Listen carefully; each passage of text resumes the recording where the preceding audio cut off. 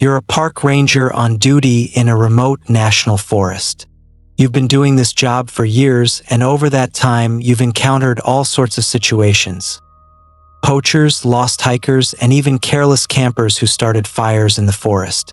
After everything you've seen, there's not much left that can surprise you.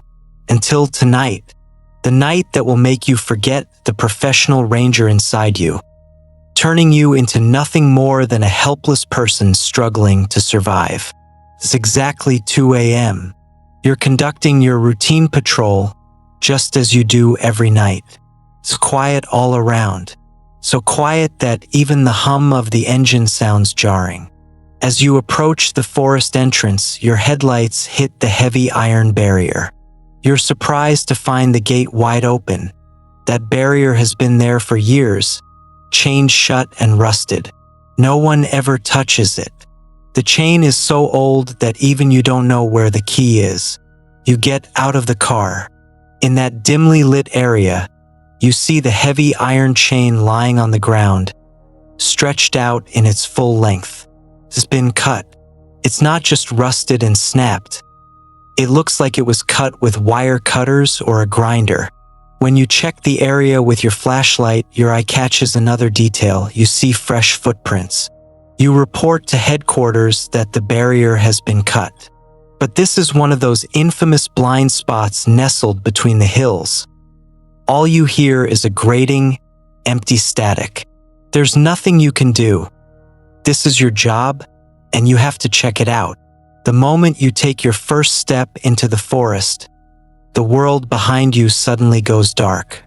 After a few steps, the pickup's headlights disappear behind the tree trunks.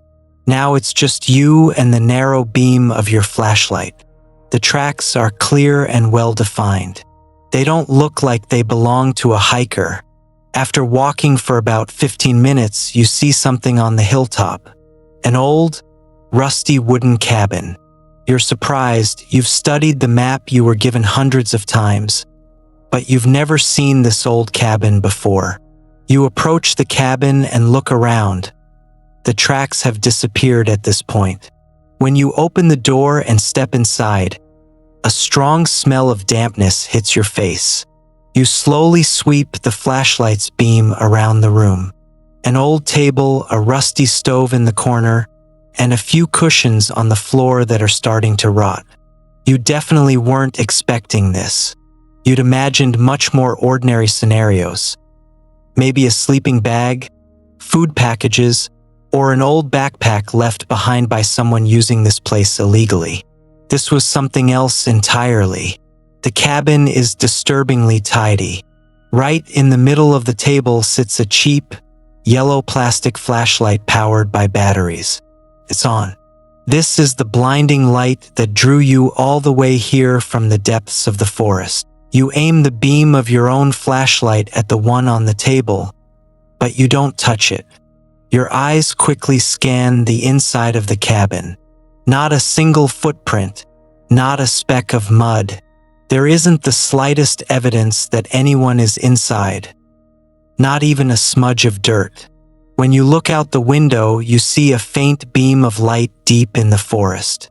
You've been watching for minutes, but there isn't even the slightest movement. One of the most important things you've learned throughout your career is to keep your cool. Fear makes you rush, and rushing leads to mistakes. Now I ask you, if you were in that uniform tonight, what would you do? Would you run to the pickup truck without even looking back and drive away? Or would you take that step and fulfill your duty? You set aside your thoughts, the possibilities, even your own safety, because that uniform is on you right now. You walk toward the door, trying not to make the old wooden floor of the cabin creak. With every step, you feel your heart pounding against your ribcage. Finally, you see the source of the light right in front of you. It's a flashlight, tied tightly to a tree branch with nylon string, positioned at an angle to shine directly into the cabin's window. Someone deliberately secured this flashlight here, just to lure you out of the cabin and into this trap. As the cold reality hits your mind like a slap, you suddenly turn around, driven by that indescribable instinct. A human silhouette appears in the dim light of the cabin. The man is watching you directly through the window. His face is completely in shadow, but even from that distance, you can sense that his eyes never leave you. You step toward the cabin without taking your eyes off the dark figure at the window. Emerging from the thicket into the open, you approach the cabin cautiously, taking long strides. You climb the old wooden stairs one step at a time, expecting an attack at any moment, until you reach the door. You reach out with your left hand to open the door, but the door doesn't budge even a millimeter. You have no choice but to wait, because you've realized this isn't just a patrol. This man's presence here points to something far more serious than a simple violation. You know this all too well. Morning will come, the sky will lighten, headquarters will start looking for you, and someone is bound to show up here. As morning breaks, the sounds of their colleagues' vehicles echo through the forest. The friends rush up the stairs and force the cabin door open from the outside. The door isn't locked or anything. It opens easily, just like an ordinary door with rusty hinges. You step inside. The cabin is empty. After carefully searching every corner and behind the shelves, you grab the corner of the old rug, covered in a thick layer of dust, lying right under the table, and lift it up. There's a hatch beneath the rug, an old metal hatch. It's the hatch to a supply cellar built back in the days of the old Rangers. Though its existence is noted in the records, it hasn't been used for years. And the hatch is ajar, open just a few fingers width. Everyone shines their flashlights down through that opening. The interior of the cellar is deep, damp, and gives off a sharp, earthy smell. You see an old wooden staircase leading down. When he comes back up, he looks straight at you. "There's a tunnel," he says, his voice trembling. Everyone in the room falls silent. No one can utter a single word. You can't tear your eyes away from that dark void. You see the mocking, skeptical expressions on your teammates' faces freeze in a matter of seconds. Before you can recover from the shock of the incident, you rush outside with the support teams to find out where the tunnel leads. You follow the fresh footprints you saw at the entrance for a few steps into the depths of the forest. Eventually, the tracks stop in front of an old, rusty manhole cover hidden among the trees. You never find out who he was, what he was looking for in that cabin, or why he specifically targeted you that night. An official investigation is launched following the incident. The county sheriff's office keeps records, and the Eerie tunnel is completely sealed off. But you've been doing this job for years. And the one thing you've learned most clearly over those years is this: some incidents just fade away. The sheriff's office closes the case. Headquarters archives the radio logs, and everyone moves on with their lives. But you can't get that night out of your head. In the middle of the night, you keep wondering what it was that drew you there in the pitch-black darkness. Your name is Arthur. You're 53 years old. You've spent your life working as a ranger at this state park. Over the years, you've found lost hikers, helped injured campers, and patrolled during storms. You know every trail and every service road in this forest by heart. Tonight, it's your turn on duty. It's nearing midnight. You're sitting in the small ranger station at the park south entrance. Just as you're sipping your coffee, an announcement comes over the central radio. There's a report from the trail in the northern section. An illegally parked vehicle is reported at the trailhead. Since you're the closest to this area, you grab your flashlight and head out. Years of experience have taught you that situations like this usually have a simple explanation. You figure it's probably someone whose car broke down or ran out of gas. Still, that old guard's instinct inside you tells you not to let your guard down. When you reach the bend in the road, you see an old model pickup truck. It's parked right in the middle of the road. It's a dark color, probably navy blue or black, and you're having trouble making it out at this hour of the night. You get out of your car and approach the vehicle with cautious steps. The headlights aren't on. There's not a sound to be heard. You sweep the light from your flashlight around the pickup. Fresh mud under the tires indicates the vehicle arrived here very recently. You take a deep breath and secure the flashlight in your right hand. You approach the front of the pickup. When you shine the flashlight toward the window, you can't see anyone inside. You slowly pull the handle on the driver's door. The door creaks open. As you scan the interior, your eye catches the key still in the ignition. But that's not what's really strange. There's a neatly folded jacket on the driver's seat. Next to it is a phone. You just stand there for a few minutes. It takes a few seconds for your mind to process the strangeness. As you scan the area with your flashlight, a trail catches your eye. Muddy footprints leading deep into the forest. A strange unease settles over you. You've dealt with missing hikers, injured campers, and all kinds of emergencies for years. But people don't act like this. No one would voluntarily venture into this forest at this hour of the night, leaving their phone and jacket behind. At least no sane person would. You can't ignore this. If this is a missing person report and someone really did go in there, the tracks shouldn't end here. You need to figure out who went in and when. You say you're following the tracks, but they lead straight into the thicket. A few steps later, the light from your flashlight hits the trunk of an old oak tree. At the base of the tree, there's a dark figure sitting right in the mud. Your heart starts pounding like crazy. You slowly shine your flashlight on the dark figure. You're stunned by what you see. You see an old man wearing a white shirt. Despite the freezing cold of the night, he isn't shivering at all. The most terrifying thing is that even though the flashlight's bright beam is shining directly into his face, he doesn't even blink. His lips are slightly parted, as if he's about to say something, but there seems to be not the slightest sign of life inside. For a few seconds, in the pitch-black darkness of the forest, you simply stare at each other.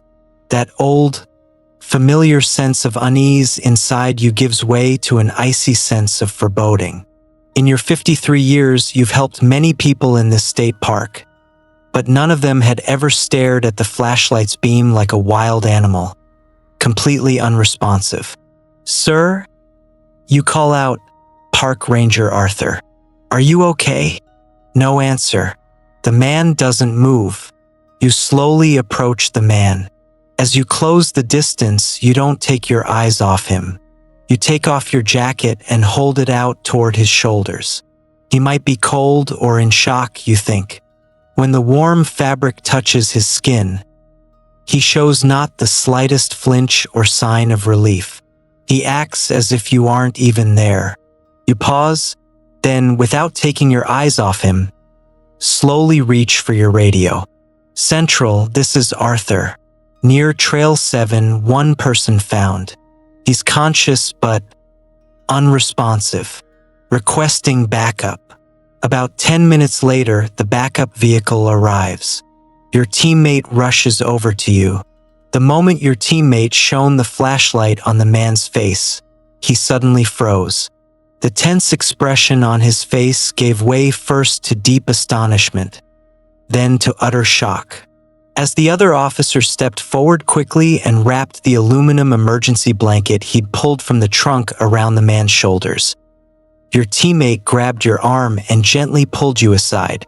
His eyes had that blank stare of someone who had only just realized what was happening. Without taking the flashlight away from the man, he pulled the missing person flyer, dated a few days earlier, out of his pocket and held it out toward you. You looked at the photo on the flyer and the date below it. This man was the very person who had gone missing days ago on that distant highway in the exact opposite direction of the town. Someone whose arrival here, or even approaching the boundaries of this state park, was logically completely impossible. The man whom search and rescue teams had been tracking for days, miles away in an entirely different region, was now sitting right in front of you on this secluded trail.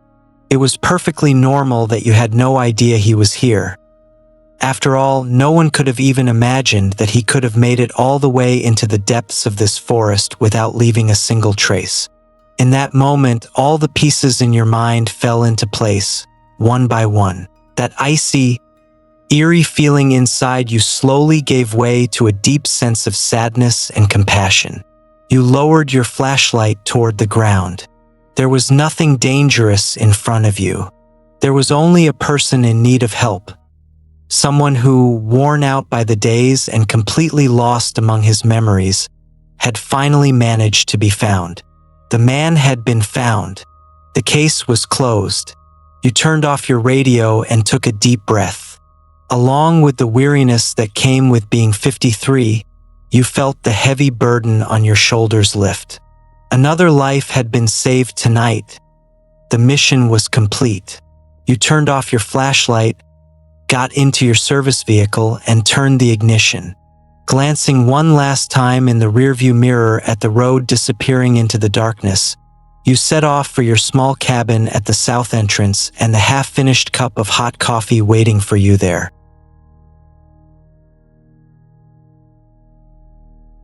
It's 2015. You're in your third year on the job, in your late 20s. Your blood is pumping as you stand night watch at this mountain campground. During the off-season, the campground is almost completely empty, and you're up in that wooden lookout tower, 60 feet above the ground, creaking in the wind. It's a foggy night. Your visibility is nearly zero. You glance at the logbook. There was only one group registered for today, and they checked out and left this evening. It's so quiet outside that for several minutes, the only thing you hear is the howl of the wind coming through the fog. As you look out the window, something stirs below in the depths of the bottomless, thick fog surrounding the tower. At first, you think it's a trick of the eye. You move closer to the glass, pressing your forehead against the cold pane. From meters below the fog, among the trees, there's an orange, flickering light. Your first instinct is to reach for the radio, but all that comes through is a hollow static hiss. You lunge toward the window and shine your heavy maglite flashlight into the fog. The moment the powerful white light intersects with that orange glow, whatever is down there freezes in place. Your breathing slows involuntarily. In the fog, you make out a silhouette standing near the base of the tower. A man covered in mud is standing there, holding a torch. The moment you shine the flashlight on him, he looks up. In that split second when your eyes meet, the man suddenly thrusts the torch into the mud, takes a step back into the fog without even looking over his shoulder, and vanishes into the depths of the forest. You keep your flashlight trained in that direction for a few more seconds. You wait, hoping he might reappear. Nothing happens. In that moment, you remember the oath you took when you first entered this profession. To protect and save no matter the cost. You push your fear aside. You grab the flashlight from the table and practically slide down the 60-foot ladder. As you enter the most secluded part of the campground, where the trees block out the sky, the light from your flashlight hits something in the fog. You follow the trail. You see an old tent, hidden among the trees, that isn't listed in the logbook. The tent is covered in mud stains.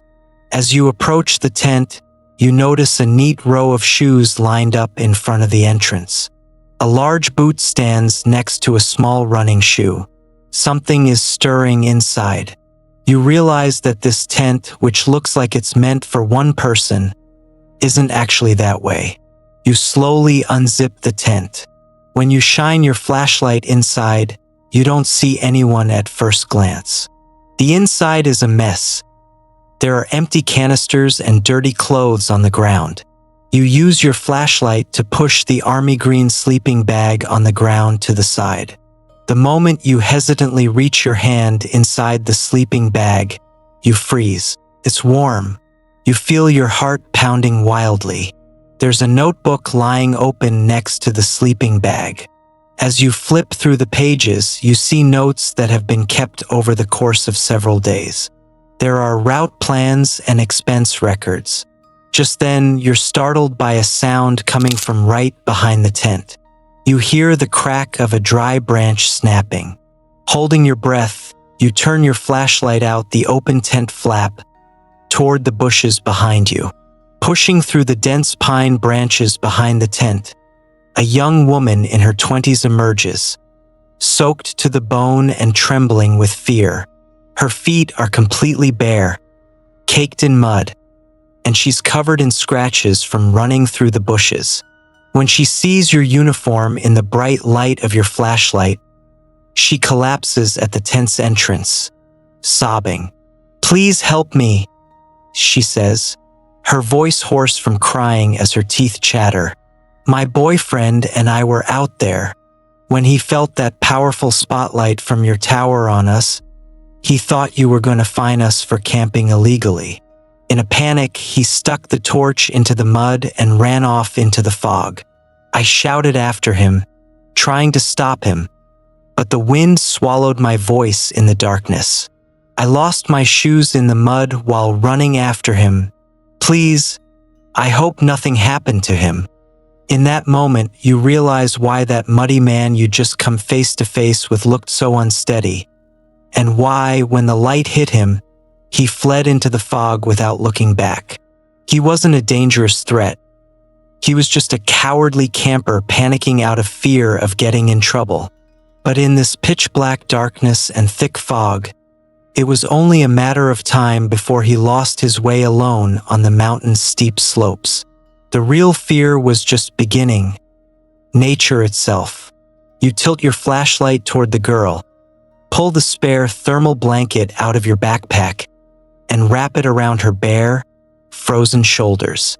Then you point the flashlight back into the fog, in the direction the man fled. As you step into the fog, a faint crackle finally comes through your radio.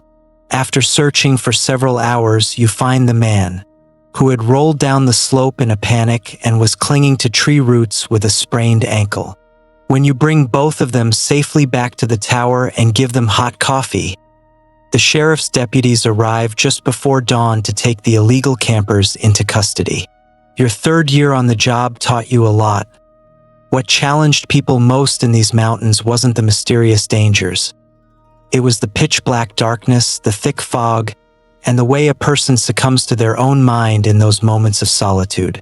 In truth, everyone was just trying to get back home, to the place where they felt safe. Now, whenever you press your forehead against the tower's window on those foggy nights, your eyes aren't searching for anything to fear down below. You're simply listening to nature's peaceful silence, and you'll never forget that first true sense of peace that comes from having been able to help someone. So what would you do? In that pitch-black darkness, which part of you would prevail? The calm, rational guardian within you, or the part of you whose heart pounds in your chest with fear? If you enjoyed this spine-chilling experience, don't forget to like the video and subscribe to the channel.